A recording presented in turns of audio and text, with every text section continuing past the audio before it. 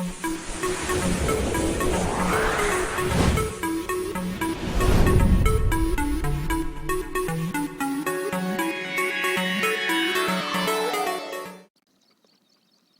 Morning friends, welcome to education smart. आज है 5 मार्च 2021।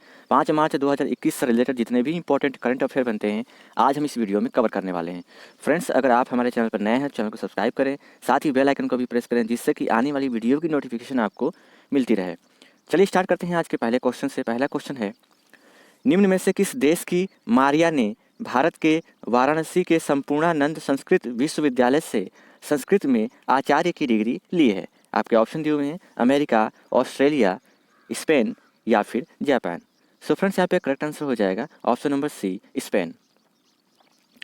Spain की मारिया ने भारत के वाराणसी के संपूर्णानंद संस्कृत विश्वविद्यालय से संस्कृत में पूर्व मीमांसा विषय से आचार्य की डिग्री लेने के साथ ही भारतीय छात्रों को पछाड़कर विश्वविद्यालय में टॉप किया है। उन्हें राज्यपाल आनंदीबेन पटेल ने गोल्ड मेडल और प्रमाण पत्र देकर सम्मानित किया है। चलिए बढ़ते हैं अगले प्रश्न की तरफ। केंद्रीय मंत्रिमंडल ने भारत और किस देश के बीच नवीकरणीय ऊर्जा सहयोग के बारे में हुए समझौता ज्ञापन को मंजूरी दी है? आपको ऑप्शन दिए हुए हैं स्पेन, फ्रांस, ऑस्ट्रेलिया, चीन। सो फ्रेंड्स, यहाँ पे करेक्ट आंसर हो जाएगा ऑप्शन नंबर बी, फ्रांस। केंद्रीय मंत्रिमंडल ने भारत और फ्रांस के बीच जनवरी 2021 में नवीकरणीय ऊर्जा सहयोग के बारे में हुए समझौता ज्ञापन को मंजूरी दे दी है, जिसका उद्देश्य आपसी लाभ, समानता और पारस्परिक संबंधों के आधार पर नवीन और नवीकरणीय ऊर्जा के क्षेत्र में द्विपक्षीय सहयोग को बढ़ावा देना है। चलिए बढ़ते हैं अगले प्रश्न की तरफ।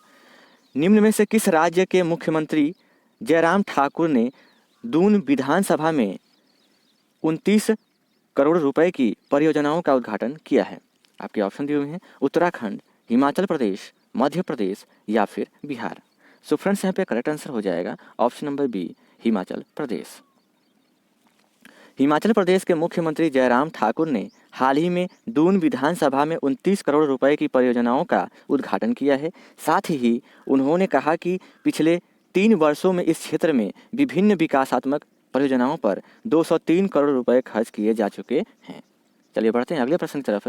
प्रश्न है, शोधकर्ताओं ने हाल ही में किस देश में 140 मिलियन साल पहले डायनासोरों के जीवाश्मों की खोज की घोषणा की है? आपके ऑप्शन दिए हुए हैं जापान, चीन, अर्जेंटीना या फिर अफ्रीका। सो फ्रेंड्स, यहाँ पे करेक्ट आंसर हो जाएगा ऑप्शन नंबर सी, अर्जेंटीना। शोधकर्ताओं ने हाल ही में अर्जेंटीना में 140 मिलियन साल पहले डायनासोरों के जीवाश्मों की खोज की घोषणा की। खोजा गया जीवाश्म अर्जेंटीना के पैटागोनियन जंगल से संबंधित है, जो डायनासोर समूह के सबसे पुराने ज्ञात सदस्य हैं, जिन्हें टिटानोसॉर कहा जाता है। चलिए बढ़ते हैं अगले प्रश्न की तरफ। प्रश्न है, इनमें से किस राज्य सरकार ने हाल ही में निजी क्षेत्र में अब स्थानीय लोगों को 75% आरक्षण दे दिया गया है? आपके ऑप्शन दिए हुए हैं महाराष्ट्र सरकार, बिहार सरकार, पंजाब सरकार या फिर हरियाणा सरकार। सो फ्रेंड्स, यहाँ पे करेक्ट आंसर की बात करें तो ऑप्शन नंबर डी जो है सही हो जाएगा, हरियाणा सरकार। हरियाणा सरकार ने हाल ही में निजी क्षेत्र में अब स्थानीय लोगों को 75% आरक्षण दे दिया है, जिसके लिए राज्यपाल सत्यदेव नारायण आर्य ने विधेयक को मंजूरी दे दी है, जिसके तहत प्राइवेट नौकरियों में अब प्रदेश के युवाओं को 75% नौकरियों का अधिकार मिल सकेगा। चलिए बढ़ते हैं अगले प्रश्न की तरफ।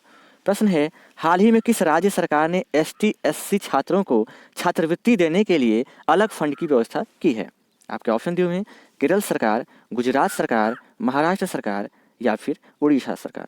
सो फ्रेंड्स, यहाँ पे करेक्ट आंसर की बात करें तो ऑप्शन जो है डी जो है सही हो जाएगा, ऑप्शन नंबर डी, उड़ीसा सरकार। उड़ीसा मुख्यमंत्री नवीन पटनायक ने हाल ही में राज्य के 50,000 अनुसूचित जाति और अनुसूचित जनजाति के छात्रों को छात्रवृत्ति देने के लिए अलग फंड की व्यवस्था की है। सरकार ने स्कॉलरशिप दिए जाने के लिए 101 करोड़ रुपए की मंजूरी दी है। चलिए बढ़ते हैं अगले प्रश्न की तरफ।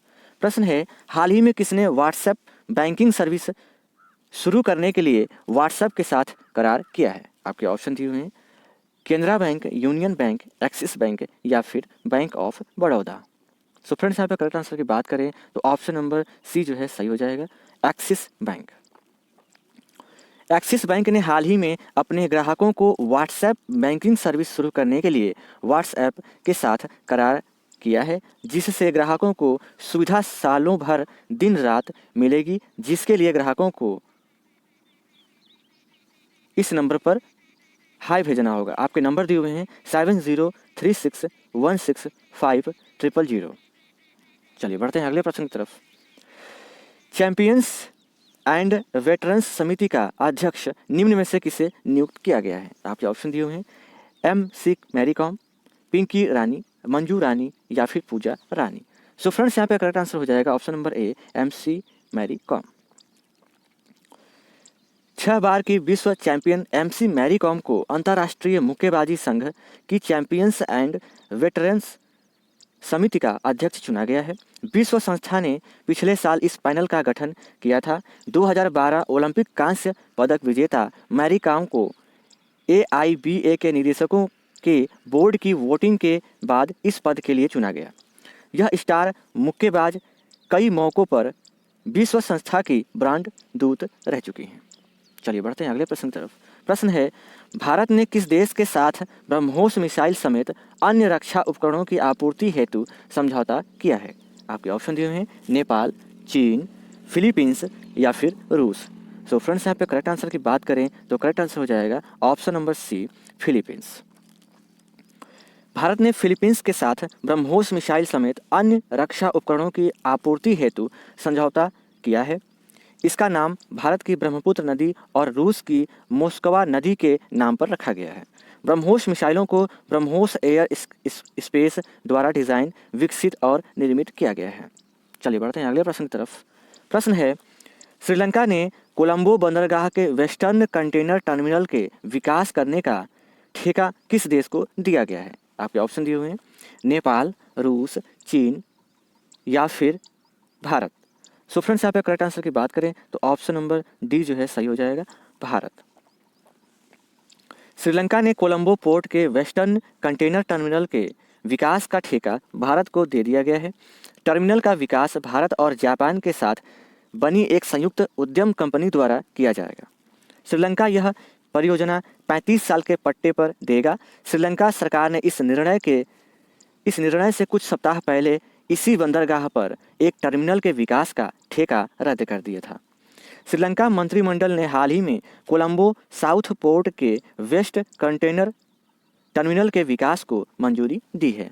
दोस्तों, वीडियो अगर पसंद आ रही हो तो वीडियो को लाइक अवश्य करें, साथ ही वीडियो को ज़्यादा से ज़्यादा शेयर अवश्य करें।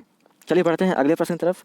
प्रश्न है, T20 इंटरनेशनल क्रिकेट में युवराज सिंह के बाद लगातार 6 गेंद पर 6 छक्के मारने वाला विश्व का दूसरा खिलाड़ी निम्न में से कौन बन गया है? इंपॉर्टेंट क्वेश्चन है फ्रेंड्स, इसे नोट करिएगा। आपके ऑप्शन दिए हुए हैं किरोन पोलार्ड, महेंद्र सिंह धोनी, रविंद्र जडेजा या फिर विराट कोहली।